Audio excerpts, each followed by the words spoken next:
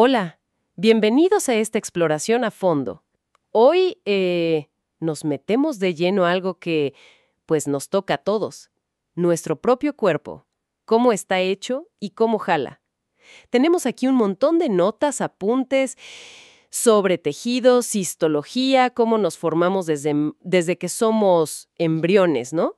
Detalles de sistemas clave, nervioso, óseo, muscular, la piel. Y bueno, hasta el lenguaje que usamos para describir todo esto. El objetivo es como ir atando cabos, ir de lo chiquito, lo microscópico, a lo grande, para entender la lógica de esta máquina increíble que somos. Así es. Vamos a tratar de desenredar esa complejidad, ¿no? Ver cómo cada pieza, por pequeña que sea, encaja y trabaja con las demás. Empezaremos por los ladrillos, digamos, los tejidos. Veremos de dónde salen en esas primeritas semanas de vida y cómo se van organizando para formar sistemas completos. La idea es entender no solo qué tenemos, sino, pues, por qué está diseñado así y cómo cumple su chamba. Perfecto. Pues, ¿qué te parece si arrancamos por el principio? O sea, la organización general. Es como armar un Lego gigante, ¿no? Empiezas con las piezas más chicas, átomos, moléculas. Luego, células. Estas células que hacen cosas parecidas se juntan y ¡pum! Tejidos. Exacto. Luego, varios tejidos trabajando juntos pues hacen un órgano, el corazón, el hígado, qué sé yo. Claro. Diferentes órganos que colaboran forman un sistema, como el digestivo o el respiratorio. Y ya, todos los sistemas juntos pues somos nosotros, el organismo. Una jerarquía bastante clara, ¿no? Exacto. Ya ahí, el primer gran escalón, como dices, es el tejido. Si nos ponemos técnicos, es un grupo de células que vienen del mismo origen en el embrión y que chambean juntas para una tarea específica. Y aunque hay muchísimos tipos, los podemos agrupar en 4 básicos. Primero, el tejido epitelial. Imagínenselo como el forro, la cubierta. Ajá. Cubre el cuerpo por fuera, tapiza todo por dentro, como el estómago, y forma las glándulas. Claro, la piel por fuera es el ejemplo más obvio, pero también está adentro, protegiendo. Ok, ¿cuál es el segundo? Luego viene el tejido conjuntivo, o a veces le dicen conectivo. Este es como el pegamento y el soporte del cuerpo. Es súper variado, mucho más de lo que uno se imagina. Sí, eso estaba viendo. Después, el tejido muscular. Su mero mole es contraerse para generar movimiento, gracias a unas proteínas especiales, actina, miosina. Ok, Y por último, el tejido nervioso, hecho de neuronas y sus células ayudantes, la glía. Su función es recibir, procesar y mandar información. Es, pues, el sistema de comunicación. y mencionabas lo variado que es el conjuntivo.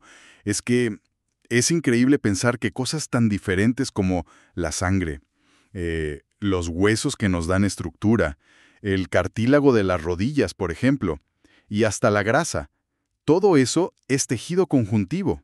Exactamente. Su función principal es esa, ¿no? Conectar, sostener, rellenar. Está por todos lados.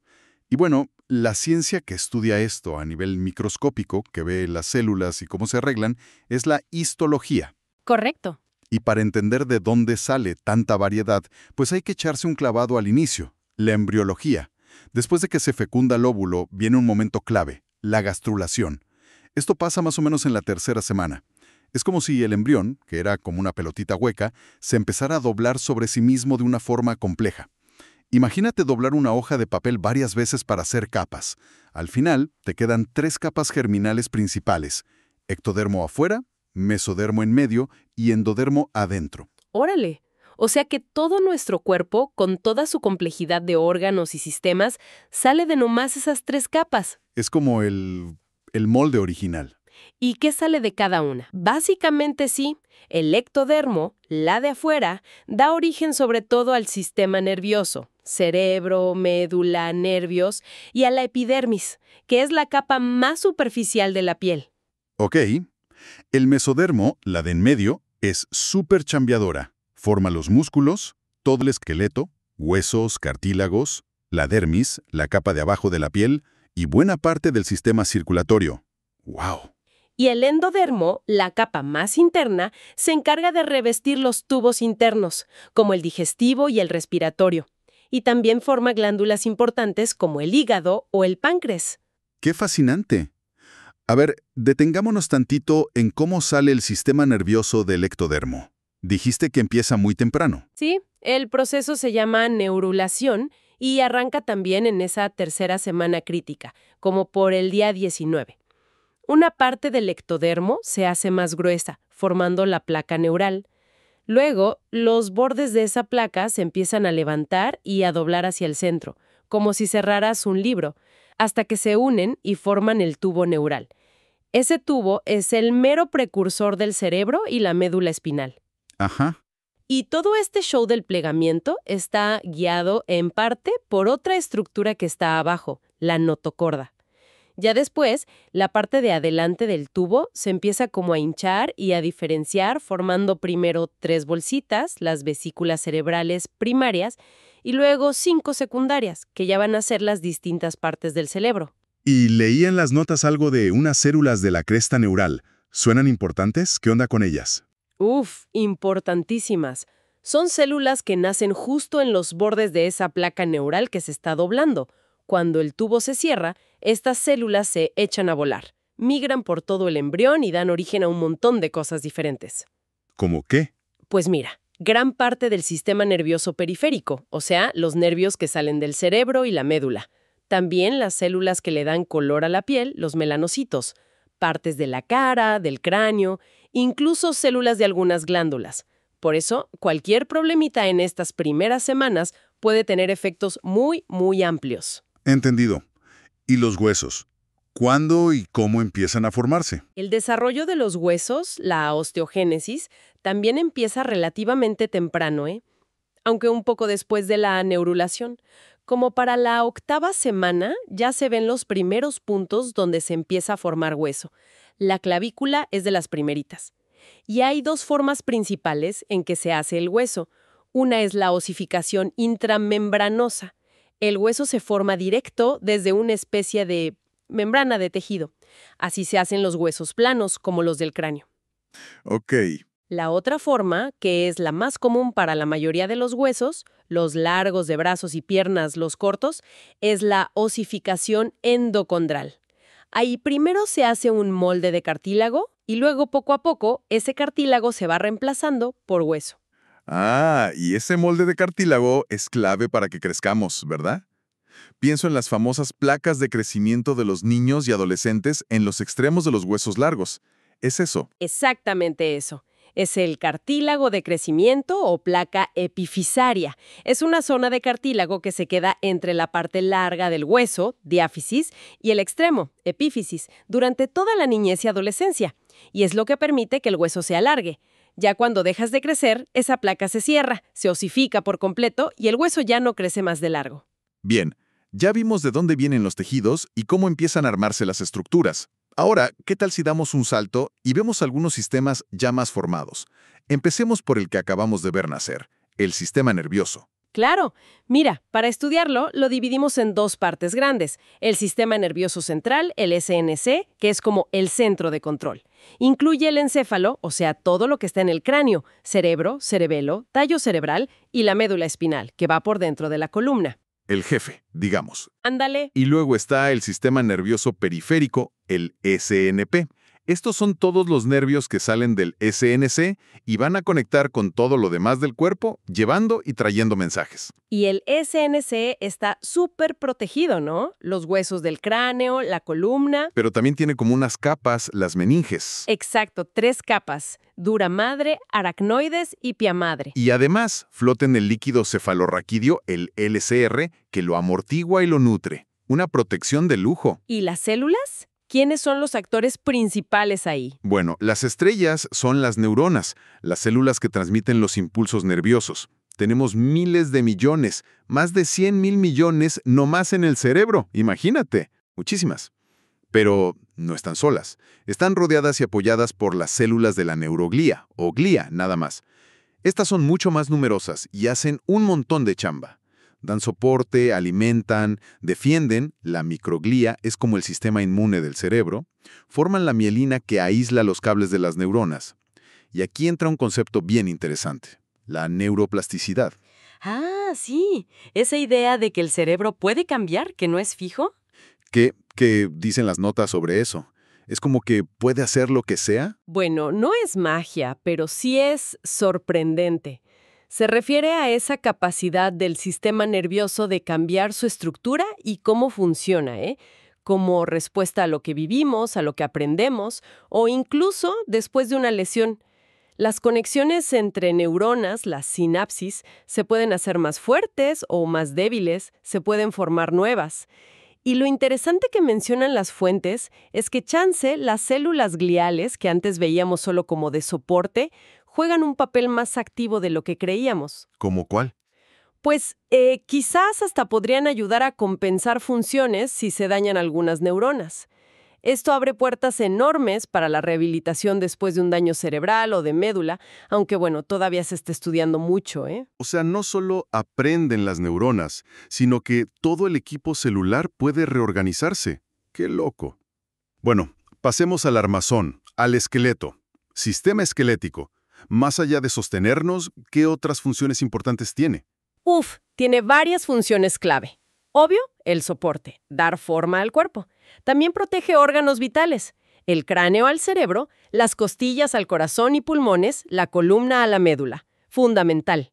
Permite el movimiento, porque los músculos se jalan de los huesos como si fueran palancas. Es un almacén súper importante de minerales, sobre todo calcio y fósforo. Los guarda y los libera a la sangre cuando hacen falta. Y no hay que olvidar que adentro de algunos huesos, en la médula ósea roja, es donde se fabrican las células de la sangre, glóbulos rojos, blancos, plaquetas. Y el hueso no es una estructura muerta, ¿verdad? Se está como rehaciendo constantemente. Para nada muerto, está en un proceso continuo de remodelación. Hay un principio bien interesante, la ley de Wolff, que dice, palabras más, palabras menos, que el hueso se adapta a las fuerzas que soporta. A ver, ¿cómo? Si un hueso recibe más carga, más estrés mecánico, se hace más fuerte. Si no lo usas, se debilita. Y esto pasa por un equilibrio entre dos tipos de células. Los osteoclastos, que son como el equipo de demolición, quitan hueso viejo o dañado. Ajá. Y los osteoblastos, que son los constructores, forman hueso nuevo. Es como darle mantenimiento a una carretera. Quitas lo viejo, pones nuevo. Este ciclo es vital para reparar microfracturas y adaptar el esqueleto a lo que hacemos. Tiene toda la lógica. Y las uniones entre los huesos. Las articulaciones.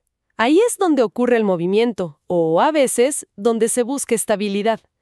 Hay varios tipos, pero las podemos agrupar en dos grandes categorías.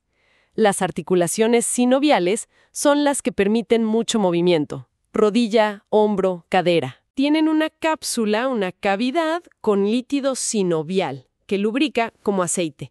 Y luego están las articulaciones sólidas. Ahí los huesos están unidos más directo, por tejido fibroso o cartílago, sin esa cavidad.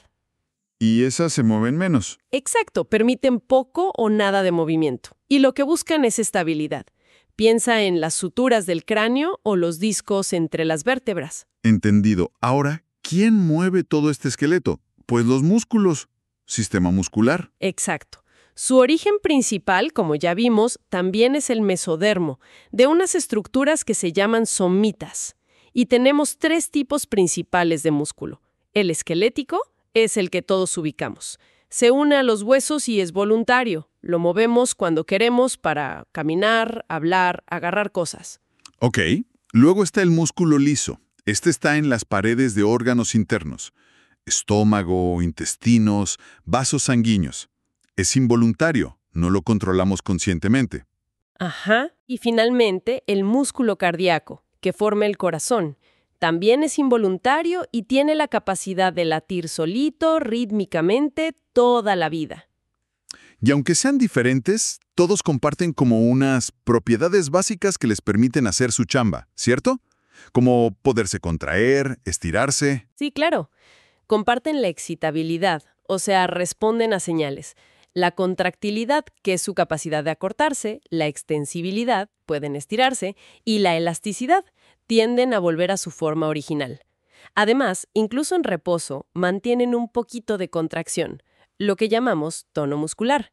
Es importante para la postura, para estar listos para moverse. Oye, y las fuentes que revisamos traen unas tablas súper detalladas de músculos individuales, dónde empiezan, dónde terminan, qué nervio los mueve. Obvio no podemos verlos todos, pero chance mencionamos algunos ejemplos importantes por su función. Claro, por ejemplo, pensemos en la cara. Tenemos los músculos de la expresión facial, los que usamos para sonreír, enojarnos, sorprendernos. El frontal que levanta las cejas, el orbicular que cierra los ojos, los cigomáticos para la sonrisa. Ajá. Y fíjate qué curioso, casi todos esos los controla un solo nervio. El nervio facial, el séptimo par craneal. Luego están los músculos para masticar. El macetero, el temporal, que cierran la mandíbula con fuerza. Y los pterigoideos, para moverla de lado a lado. Estos dependen de otro nervio, el mandibular, que es una rama del trigémino, el quinto par. Entender estos grupos y quién los manda es clave en la clínica. Definitivamente. Y bueno, para cerrar la ronda de sistemas, nos queda la cubierta, el traje que llevamos puesto, el sistema tegumentario. O sea, la piel y sus anexos, ¿no? Pelo, uñas, glándulas. El órgano más grande. Así es, puede cubrir casi 2 metros cuadrados. Tiene 2 capas principales. La epidermis, que es la de más afuera, viene del ectodermo. Y la dermis, más gruesa, más profunda, que viene del mesodermo. Y debajo de la dermis está la hipodermis, o tejido subcutáneo. Técnicamente no es piel, pero la une a lo de abajo y es sobre todo grasita. Están las células madre de la piel, dividiéndose todo el tiempo para hacer células nuevas. Ahí nacen, exacto. Luego, conforme las empujan hacia arriba, pasan por otros estratos, espinoso, granuloso, donde van madurando, produciendo queratina, esa proteína resistente, y al final mueren. La capa más externa es el estrato córneo, puras células muertas, planas, llenas de queratina. Es nuestra barrera principal. Y en la piel gruesa, como de las palmas y las plantas, hay una capa extra, el estrato lúcido. Y las funciones de la piel van mucho más allá de solo cubrirnos, ¿no? Es una barrera impresionante. Totalmente. Es barrera física contra golpes, microbios. Química, por su pH y secreciones. Biológica, con células de defensa. Además, es clave para regular la temperatura. Sudamos para enfriarnos, ajustamos cuánta sangre pasa cerca de la superficie para perder o guardar calor. Claro. Es un órgano sensorial enorme, lleno de receptores para tacto, presión, dolor, temperatura. También ayuda a eliminar algunas sales y urea con el sudor. Y una función súper importante. Con la luz del sol, la ultravioleta B empieza a fabricar vitamina D, que necesitamos para absorber el calcio. Órale, cuánta chamba hace la piel. Bueno, ya vimos todos estos sistemas por separado, pero lo importante es que no trabajan solos, ¿verdad? Y eso nos lleva a un concepto clave. Homeostasis. Exacto. La homeostasis es como el pegamento conceptual de todo esto. Se refiere a mantener un ambiente interno estable, equilibrado, a pesar de los cambios afuera o adentro. Piensa en mantener la temperatura del cuerpo, el azúcar en la sangre, el pH, la presión, más o menos constantes. Todos los sistemas que vimos, el nervioso coordinando, el endocrino con hormonas, la piel con la temperatura, los riñones limpiando, el inmune defendiendo, todos colaboran para mantener ese equilibrio dinámico. Y es interesante cómo las fuentes dicen que salud no es solo no estar enfermo, sino más bien poder mantener esa homeostasis, ese equilibrio biopsicosocial. Dan el ejemplo de alguien con diabetes controlada, que podría considerarse saludable en ese sentido funcional. Precisamente, es mantener la función y el equilibrio dentro de lo posible. Ahora, para poder hablar de todo esto, para describir dónde está cada cosa sin hacernos bolas, necesitamos un lenguaje común. Ahí entra la terminología anatómica. Claro, para que nos entendamos todos, aquí y en China.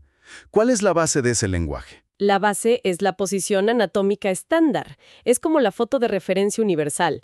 Persona de pie, viendo al frente, brazos a los lados, palmas hacia adelante, pies juntos y apuntando al frente. Todo se describe asumiendo esa posición. Ok, el punto de partida. Y a partir de ahí se usan planos y direcciones, ¿no? Sí. Usamos planos imaginarios para rebanar el cuerpo y ubicar las cosas. El plano sagital divide en derecha e izquierda. El coronal o frontal divide en adelante, anterior, y atrás, posterior. Y el transversal o axial divide en arriba, superior, y abajo, inferior. Y luego usamos términos como superior e inferior, anterior posterior, medial hacia la línea media, lateral hacia los lados, proximal, más cerca del tronco, distal, más lejos, para decir dónde está una cosa respecto a otra. Ok. Y también palabras para los movimientos básicos. Flexión, doblar, extensión, estirar, abducción, alejar del cuerpo, aducción, acercar. Es un lenguaje muy preciso, esencial. Entendido. Oye, y ya para ir cerrando, las fuentes tocan un punto bien importante hoy en día, el pensamiento crítico con la información de salud. Sí, y es súper relevante. Mencionan ejemplos, muy extremos, de gente que llegó a tomar cloro o agua oxigenada creyendo que se curarían de algo, por pura desinformación peligrosa.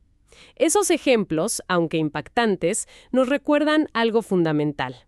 Hay que cuestionar la información de salud, sobre todo la que anda por ahí en canales no muy confiables. A veces la desesperación o las ganas de una solución fácil nos nublan el juicio. Totalmente. Y la recomendación es clara: buscar fuentes confiables basadas en evidencia. Mencionan PubMed, por ejemplo, donde están los estudios científicos. Antes de creer en un tratamiento o consejos, sobre todo si suena milagroso o viene de fuentes dudosas, hay que usar la lógica. Pues conocer un poquito cómo funciona el cuerpo, como lo que platicamos hoy, ya nos da herramientas para dudar de cosas que no tienen ni pies ni cabeza biológicamente hablando. Es una responsabilidad de cada quien y para los que trabajan en salud, pues una obligación. Así es. Pues sí que fue un viaje intenso, pero fascinante. Empezamos con las células, los tejidos, los ladrillos. Vimos cómo salen de solo 3 capas en el embrión. Exploramos la complejidad del sistema nervioso, la fuerza y adaptabilidad del esqueleto, la potencia muscular y todas las chambas de la piel. Queda clarísimo que en cada nivel, desde una molécula hasta nosotros completos, la forma y la función van de la mano. Nada está ahí nomás porque sí. Y todo, como decíamos, trabajando junto para mantener esa homeostasis, ese equilibrio que nos permite estar vivos. Es la interacción coordinada de billones de células organizadas en tejidos, órganos, sistemas. Una maravilla. Quizás, para cerrar, quede la reflexión. ¿Cómo cambia nuestra manera de ver algo tan simple como mover un dedo, sentir el calor del sol, recuperarnos de una gripa o incluso pensar en qué es estar sano? Ahora que tenemos una idea un poquito más clara de cómo funciona esta maquinaria increíble que es el cuerpo humano. Sin duda, siempre hay más por descubrir.